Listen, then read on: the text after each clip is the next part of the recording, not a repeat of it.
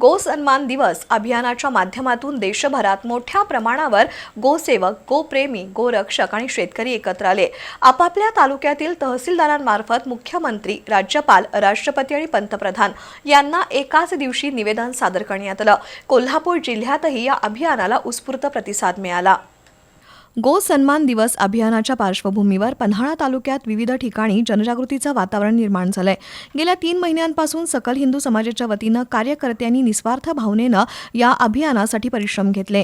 गायीला राष्ट्रमाता दर्जा मिळावा, गोवंश हत्येला पूर्ण बंदी घालावी आणि गोमातेचं सन्मानपूर्वक पूजन व्हावं हा या आंदोलनामागील प्रमुख उद्देश असल्याचं कार्यकर्त्यांनी सांगितलं. पन्हाळ्यात गोरक्षक आणि गोसेवकांनी एकत्र येत पारंपरिक पद्धतीनं दिंडी काढली. त्यामध्ये तुकाराम मांडवकर, रमाकांत कांबळे, आनंदा काशीद, उत्तम पाटील, आनंदा पाटील, उदय निकम, गौरव भालकर, हरिभाऊ यादव यांच्यासह असंख्य महिला पुरुष सहभागी झाले होते. डोक्यावर निवेदन संच घेऊन मयूरबाग ते तहसील कार्यालयापर्यंत घोषणाबाजी करत ही मिरवणूक काढण्यात आली. मिरवणुकीनंतर पन्हाळा तहसीलदार माधवी शिंदे यांना निवेदन सादर करण्यात आलं. या उपक्रमामुळे तालुक्यात गोसंवर्धनाबाबत जागृती निर्माण झाली आहे. अभियानाच्या माध्यमातून शासनाचं लक्ष वेधण्याचा प्रयत्न करण्यात आला असून त्याला व्यापक प्रतिसाद मिळाल्याचं चित्र दिसून आलंय.